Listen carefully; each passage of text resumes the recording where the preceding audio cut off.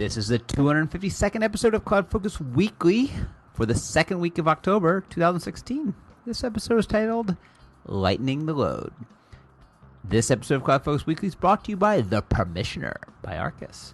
Mass assign and revoke Salesforce permission sets. It truly is permission sets made easy. Available for free on the App Exchange or go to thepermissioner.com. I'm your permissioning host, Jason Atwood, and joining me, co-permissioning and revoking of all things permissions, is co-host Justin Edelstein. Justin, how are you doing today? I'm doing...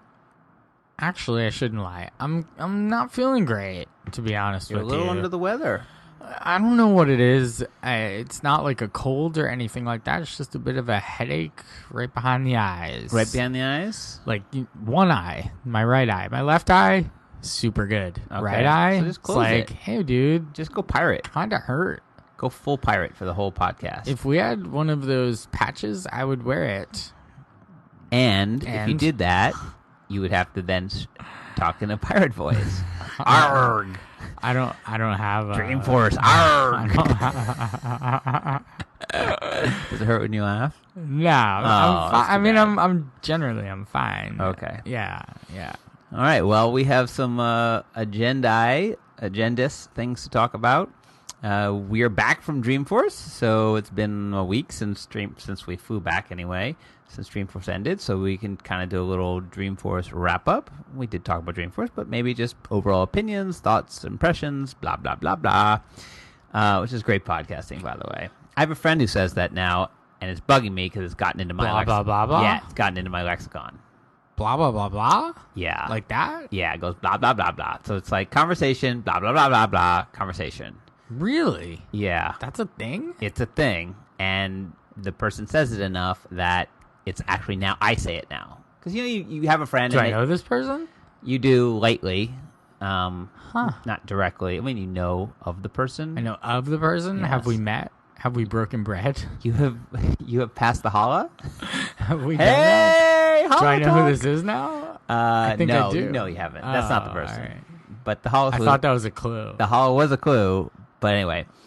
So, when you have a friend who, uses a terminology, I've been trying to fight literally in my house, because that is literally the most you literally use literally thing ever for Honestly, my house. how do you feel about it? And I honestly hate literally as much as I honestly hate blah, blah, blah, blah. No, I don't. Sorry. Oh, it's just these things that get in your... They get in your... cloud and blah and Yeah, yada, and yada, whatever. yada. And, so on and so forth and yada, lightning. yada, yada. Yada, yada, yada. Did you just yada, yada, yada sex? I just, you know what? I You don't sort know of that get episode. I know that I'm referencing Seinfeld. I just have never seen it. Can we talk? That's the thing. I know when I'm referencing a Seinfeld reference because they're so well known. ubiquitous Yes. in our lexicon here, and I understand what I'm doing. I just can say with certainty that I've never actually seen the thing I'm referencing. And we can talk about it. We can talk about Seinfeld. my Seinfeld issues. Well, we're rat-holing all over the place here at this point. But what's been interesting is, so I've mentioned on the podcast that my daughter, my 11-year-old daughter, has become kind of obsessed with listening to our podcast. Right. And so... what did you just do? Oh, no. You just mouthed something. I did mouth something.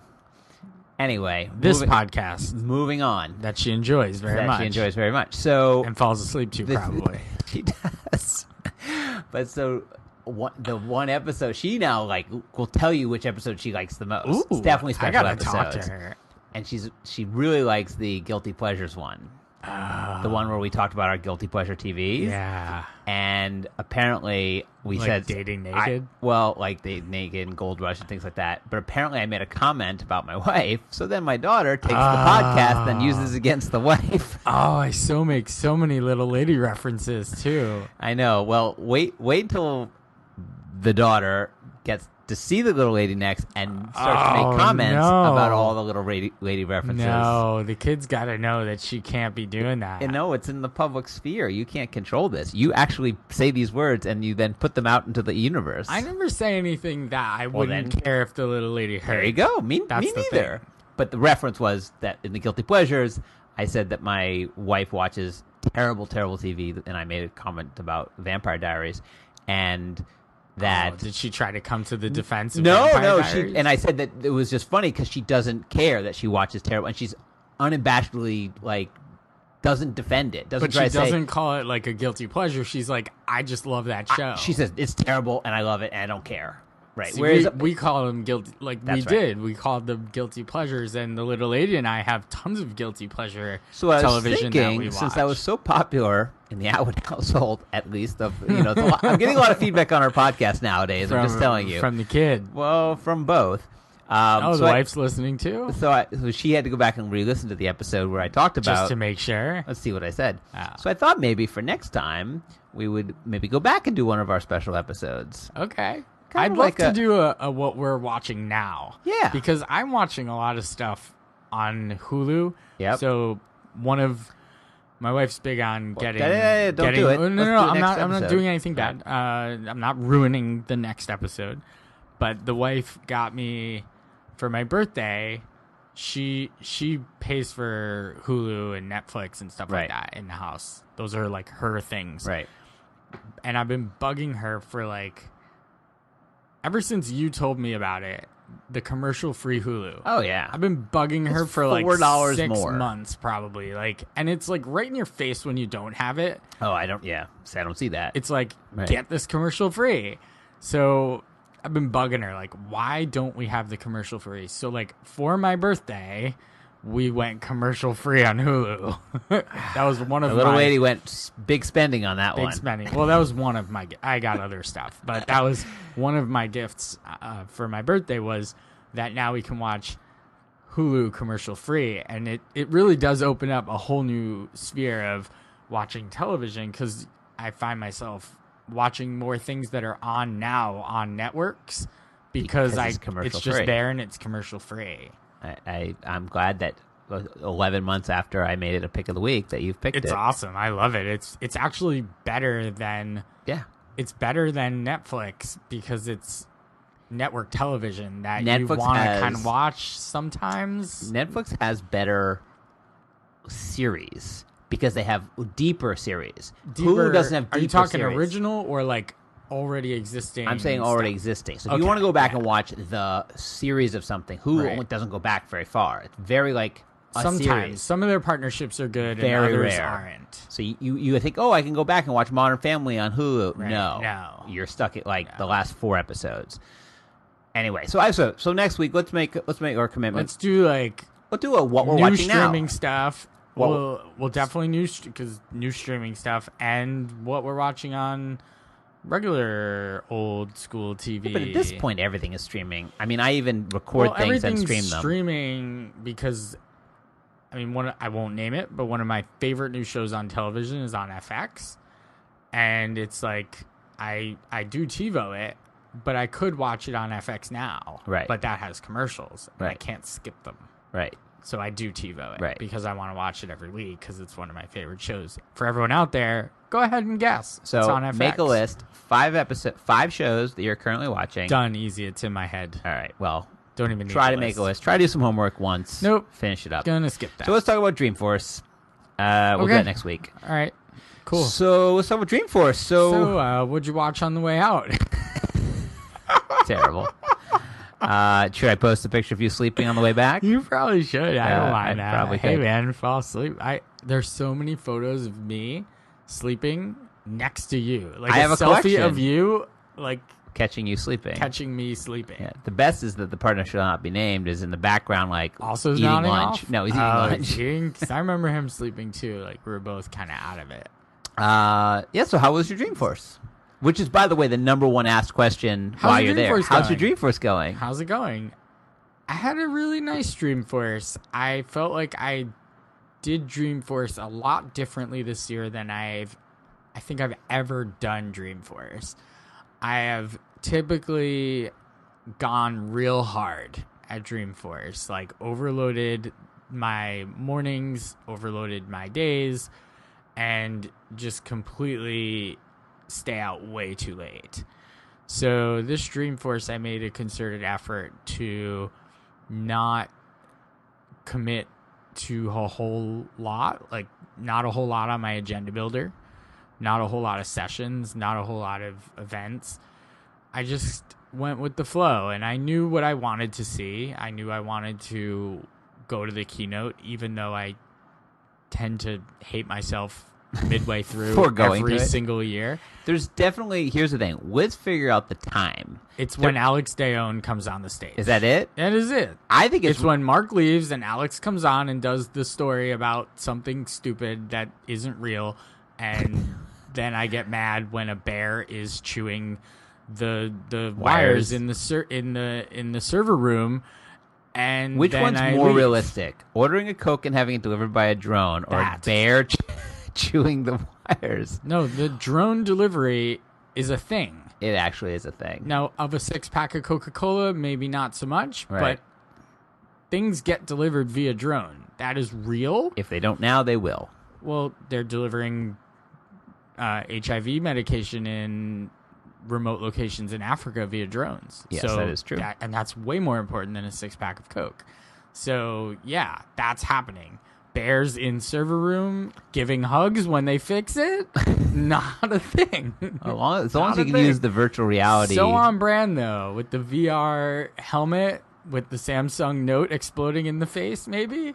And Samsung whatever, it's the Note, right? I think it's Samsung Galaxy 7. The Note, but it's called the Note. I don't know. I think it is. That's not my universe. Whatever it is, it's exploding in people's faces. Well, you've seen that they now have to, like, it's exploding in they're faces. they're sending back. Well, first, two things on that. Another rat hole.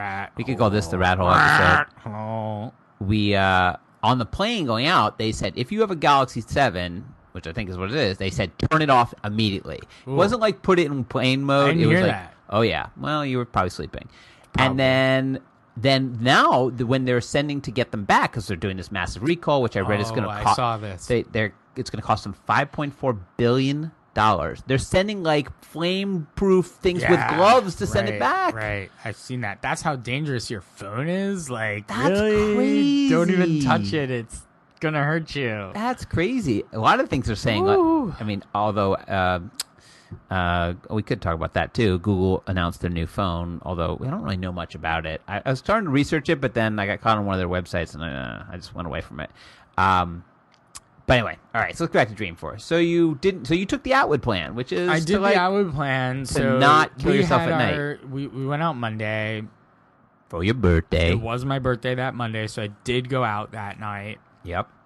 Had some fun. Had my traditional dinner with our partner, who shall remain nameless.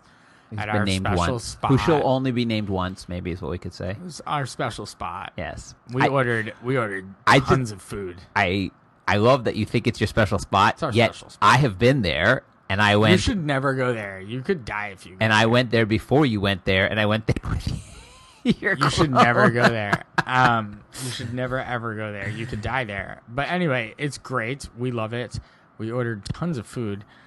A lot of food. We had a good time. We also then, Tuesday, we had our party. It was great. Our party was just such a fun time. I feel like you were videoing a lot at the party, and I haven't seen any of these videos. You know what? I need you to share those. I could put up everybody. Well, I'm not gonna share them with everybody. Can you just throw them in our Google Drive in a folder? No, I'll put them into Apple Photo Share, and I'll share it to you and the partner. Why? I feel like our employees might want to actually see those too. Like, I feel like Google Drive's a good spot for that. Those photos and maybe the videos. I mean, because we were having a lot of fun. We had a band, and they were letting us yell into the microphones. Yeah, but you didn't say sing. A lot of no singing. Because the videos do prove that you were not singing. There's no singing here. Lots of yelling. So we had good times. Good times there. You were on mic. It was a hot mic. You knew that it was a hot mic. Anyway. Had to do it. So lots of fun, and then we had the Wednesday was the big keynote stuff. Lots of hype around Einstein. But all of which we've discussed on our podcast on I guess Thursday. We did that already. So I'm just asking, like, in general, how it was. Yeah. Rank it. It's the best ever. 1 through 9. Rank it. Does it fall in the top 3? You know, it's somewhere between like 3 and 5. It wasn't the best, it wasn't the worst, it was somewhere in the middle. I feel U2 is such a great concert. True. Well, you could rank the concerts separately, but that's a different thing. Well, the best concert was my first Dreamforce, which was Foo Fighters, which was in the hall in Moscone South, which is where the keynote was this year. I think that's South. Maybe that's North. Anyway, one of those. And it was like I'm standing there in the third row at a Foo Fighters concert, and that's just amazing. But U2's I don't know how you top that. If you're just going to keep trying to top yourself every year, I don't know how you do that with U2 being the headliner.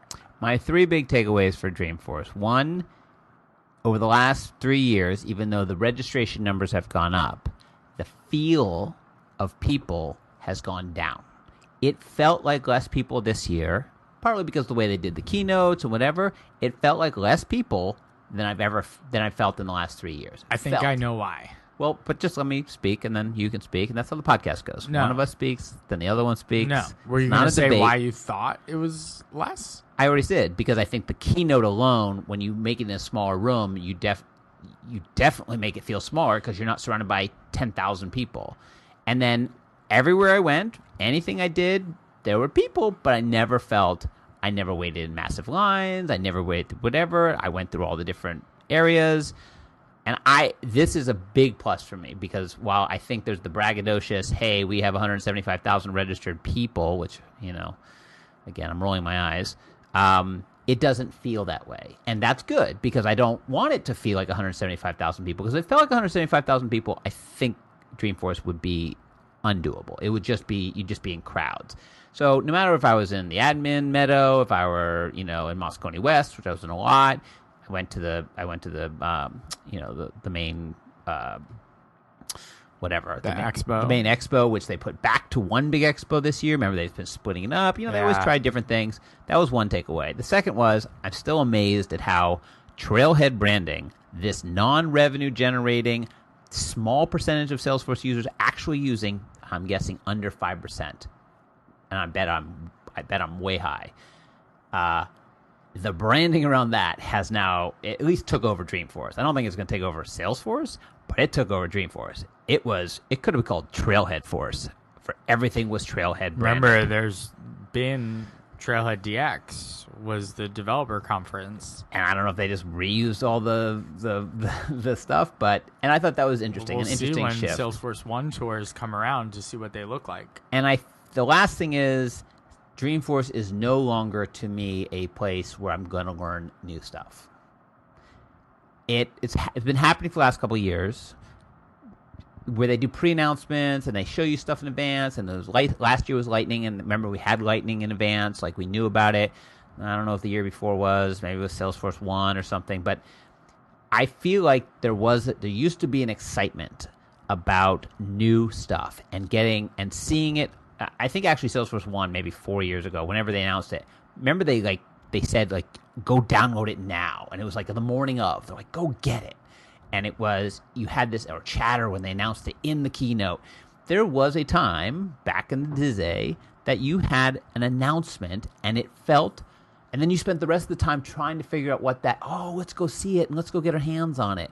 And while there were some things, they were so undercut by bears in data centers. Well, Einstein was a big deal. But it was pre-announced. We knew about it. Yes, it was pre-announced. It was pre-announced. But remember, back in the, as you would say, dizay. Yeah, I do say that.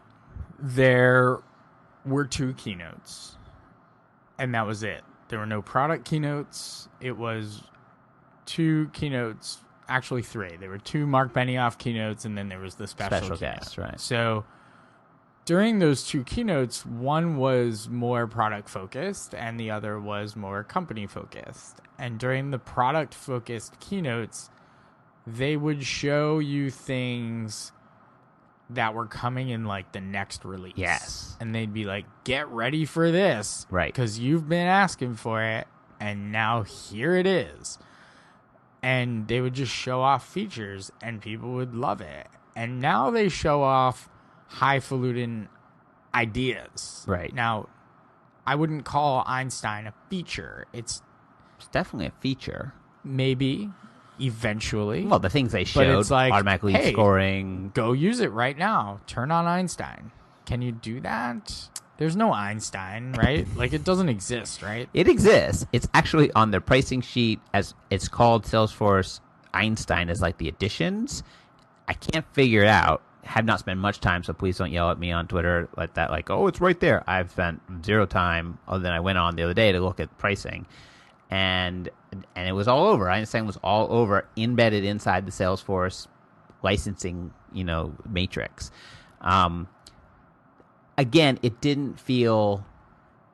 It's and part of it's being an MVP. Gotta admit, right? Part of it's we do get sometimes NDA, safe harbor, whatever, some preview to stuff, which I think is great.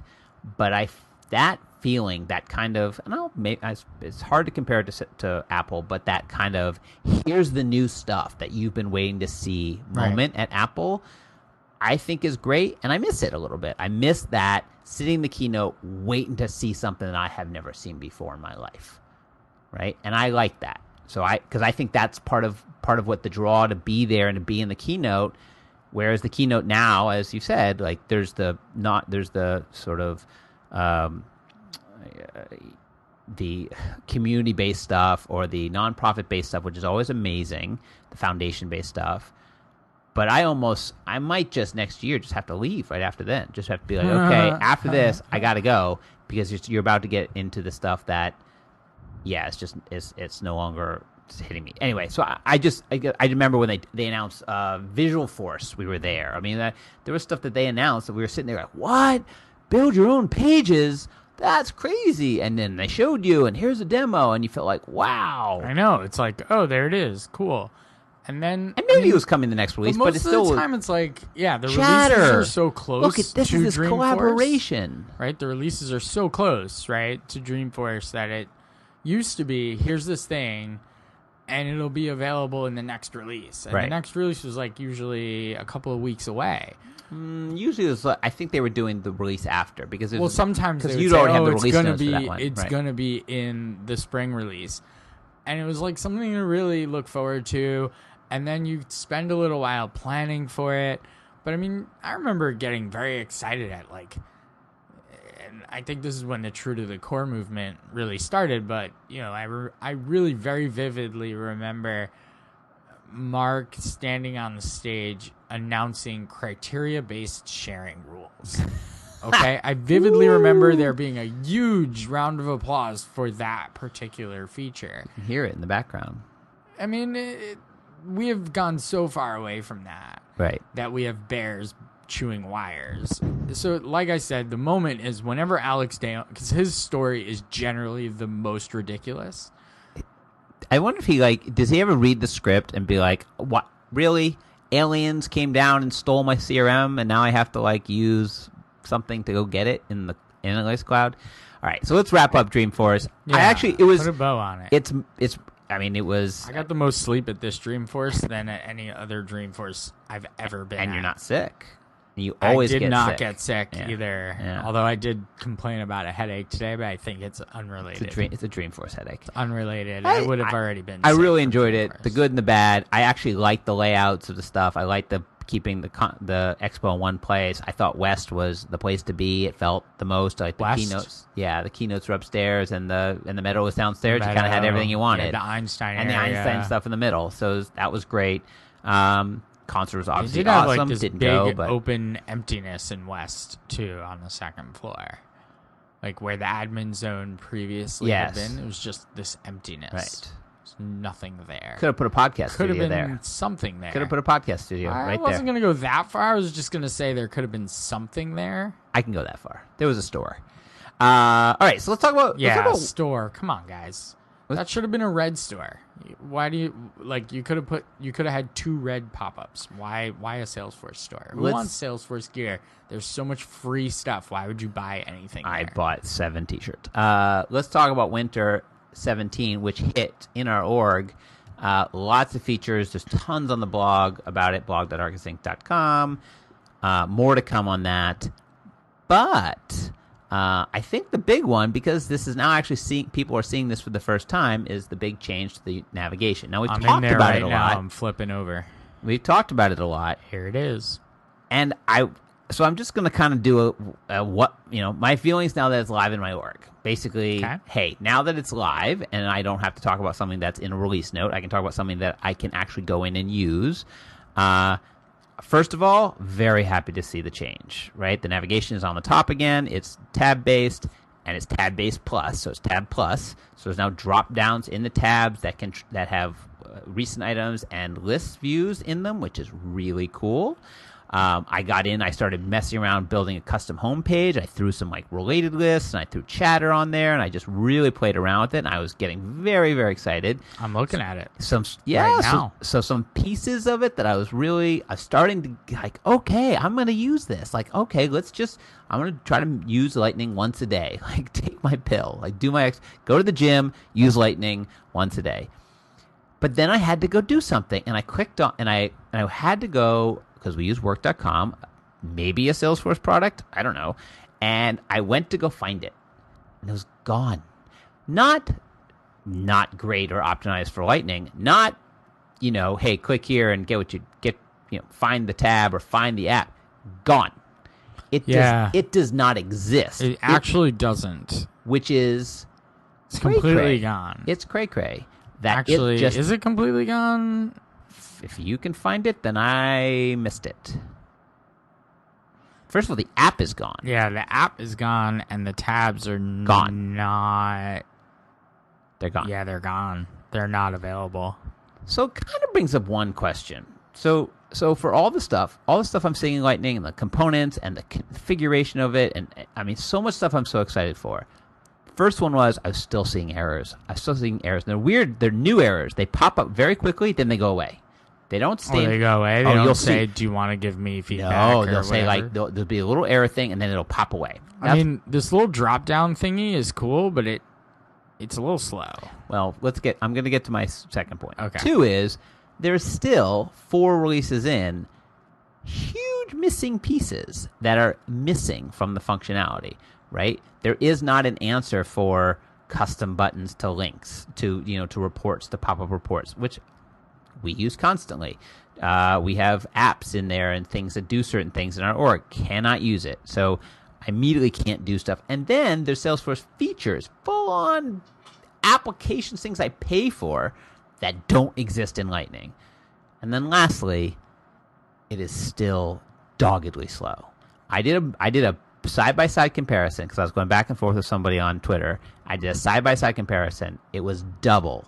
It was twice as slow as doing the exact same task, meaning just a click, wait for the screen, a click, wait for the screen, click here and do something. It was twice as much time. So it was 2 seconds versus 4 seconds, or whatever the number was. I did. So I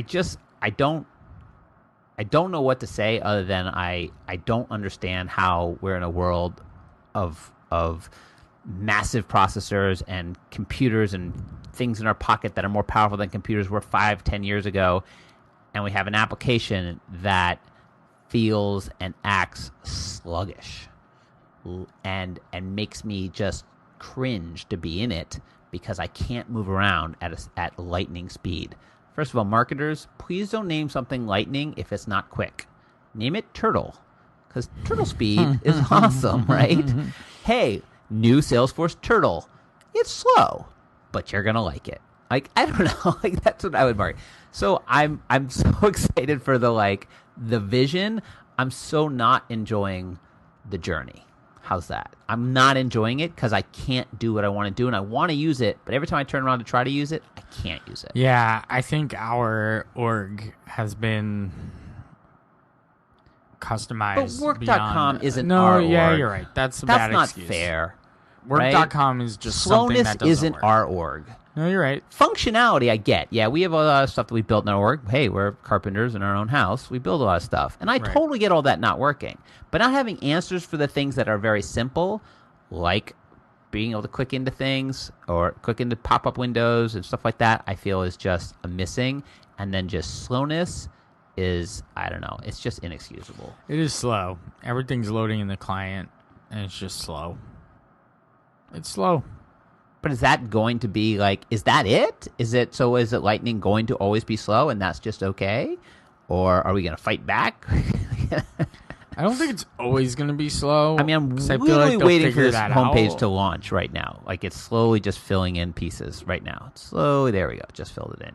Yeah, I get you. I mean, I click home and it's like, oh, here's this thing that's loading. Right. Fun.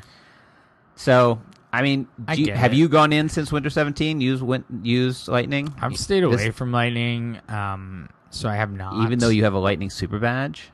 I have a Lightning Experience super badge, yeah. But that was actually when it was in spring. But either way, I mean, I just know that it would frustrate me to be in here all the time, partly because it is slower, and the other part is because we actually having with the Lightning super badge, we haven't actually gone in and made our org ready for Lightning, like not in terms of like stuff working, just being like, this could be so much better. Yes. Than the out of the box what it looks like in Lightning, because we could really soup up a lot of our record pages. Totally. And I agree. That's the part that I think is exciting. And again, I'm trying to put this into two lights, right? I'm trying to make it like there's a positive side and a negative side. And I was sitting there today talking to one of our employees and saying, you know, a lot of this stuff could be built, right? A lot of stuff that we're missing, obviously not things like work.com that just don't exist, but things that are missing could be built with Lightning components. And part of me is like, we got to rebuild a lot of our org. That's great. We're a dev shop. I got devs. I could build Lightning components all over the time. We do Lightning components. Let's do some. Build them up. Throw them out there. No problem. But then I feel like there's a lot of orgs out there that are going to be looking around. It's not even build Lightning components. It's look at page. Make sure that you have the page set up in a good, organized way. Make sure you have compact layouts. Like whoever worried about, compact layouts, right? Unless you're using your feed and looking at the things that are created in your feed and want data in them. But if you're not thinking that way, like having a highlights panel at the top of every record with sort of nothing in it, it's not cool. No, so not cool. Hover's not really showing things, also not cool. Not cool either. So there's lots of little things that you can do to make the experience a lot better. And then, like you did, you took this homepage and you dropped, a couple list views on there, which is nice, right? So the idea of thinking through what would be nice to have in certain areas within the experience is something that we really haven't gone through the exercise of doing for our own org. Probably makes sense to do, knowing that at some point or another, we're going to be working in orgs like this, more like this than the classic side of things. Oh, hold on. I just clicked on the forecast tab. Oh, click on it. Good luck on that Click one. on it. Just see. Does it just blow up? It doesn't. At least it gives you a link. Well, don't you think that's what the item in Lightning? Don't you think that's at least what work.com should do? Then it opens in another tab in your browser window. I wonder what happens when I close that tab and come back to Lightning Experience. Do you kick me out or do you understand? No. Oh, good for you. You understood. All right. That's cool. So some interesting stuff. Again, I get the future. I get the thing. I'm just kind of disappointed in sort of where it is right now. It's the future. It is the future, and yeah. All right, so let's move on. Actually, let's move out. Let's get out of here. Let's do some CloudFocus app picks of the week. On out. Let's go. Do it. Oh, doing it. Yeah. Okay. So we already said next week we're gonna do a special episode on our what we're watching now. Yeah. Streaming now. Yeah. Right. I like it. Or not streaming. Just what we're watching. What we're watching. So I'm picking Giphy for iOS. Nice. We are big fans of Giphy within Slack here at Arkus. Yes. We use Giphy quite a bit for fun stuff. It's set, I think, at a PG rating. Definitely not R-rated. That's for sure. For those who don't know what Giphy is, what is it? I'm getting there. So we use it a lot. It's fun. It's an interesting and fun way to communicate by sending animated GIFs. So Giphy is like the library for animated GIFs on the web. And you can use it in Slack using a command, /Giphy, and then you just type in like keywords, and it goes and it searches Giphy and brings back something relevant. It might be relevant. Most of the time, it's pretty good, unless you're just throwing words at it. Well, that's part of the game, is that you throw in a word and you see what it says, right? So, and sometimes it's funny. In the new iOS Messenger, or at least on the phone, it has that little icon where you can go and search for GIFs. And by default, it searches Bing. And I was not loving that. Oof. So if you install the Giphy app on iOS, the Messenger application is actually built in a way that's extensible, so you can tell it for like add an app to this search, and then you add Giphy in, and now I'm using what I know and I love, which is Giphy, to send these animated GIFs as opposed to searching Bing, because I looked for things and it would be like, wait a minute, but Giphy totally gets this. Like, why is this not working? Bing still a thing? Ask Apple. I think that's just that's an FU to Google, but whatever. I think they just have a falling out with Google. Same with the maps. Like, they had to go build their own maps. No. Well, whatever. All right, anyway, so Giphy for iOS. For iOS, it's there. It's free. It plugs right in. I mean, you could. It has its app. It's kind of like Bitmoji is like a keyboard, right? But it also has the app. It's the same thing. It's an app that then just gets like plugged into Messenger, right? Which is cool because I like the whole like new Messenger experience where you can do more rich things where it's like slam or confetti or GIF. Like that's just a lot more fun than just text. Except you still have your green friends, and your green friends don't get to enjoy any of that. Hey, green friends are living in a world where their phones explode in their hands. And that's fine by me. You're gonna have some hate texts. You're gonna have some slams from text. I'll just read out for your phone number right now, and we'll see how that goes. Just tweet at me. I'm going to pick. I probably pick this every year. This is my flu shot. Yeah, you love this thing. Well, I don't love this. You hate this thing. I hate this thing. You have a love-hate relationship. Very big love-hate relationship. But here's the thing. This is not now owned by... Actually, I was wrong. This is not owned by this company anymore. Really? They sold it off. No kidding. So I'm kind of doing it as hopefully the world will get better. So I'm picking Quicken. Quicken 2017. So wait, who owns it? It's a different company. It's not Intuit anymore. They spun it off. Oh wow, that's actually surprising. So for those who don't know, Quicken is a personal finance tracking software. You can hook it up to all your online accounts. It downloads it all. It can do reporting. It can do this. It can do that. It's the way I do all of my finances. I keep all my finances in Quicken, and then I put them all in. I have a spreadsheet that kind of gives me a little like cash flow kind of thing. But that's how I manage my finances. But Quicken 2017 just came out yesterday. I bought it immediately. That's how it's kind of like a flu shot, because I have 21 years of data in Quicken. I've been using Quicken since 1995, and so almost we're getting on half my life of using one piece of software. It's a little weird. Anyway, so there's a couple new features in it. What I'm really kind of excited is it's owned by a different company now, because Intuit for years has just let this thing flounder. And they added some nice features, actually. The one that I like in Quicken is that you can actually compare year over year. So say, how much did I spend on groceries last year versus this year, or the last month versus this month. So you can kind of get that analysis. There's probably lots of other software. I mean, obviously QuickBooks does this type of stuff. But anyway, Quicken 2017 for Mac. I bought it yesterday. It seems nice. It works. It still connects up to all my accounts. It does all that great stuff.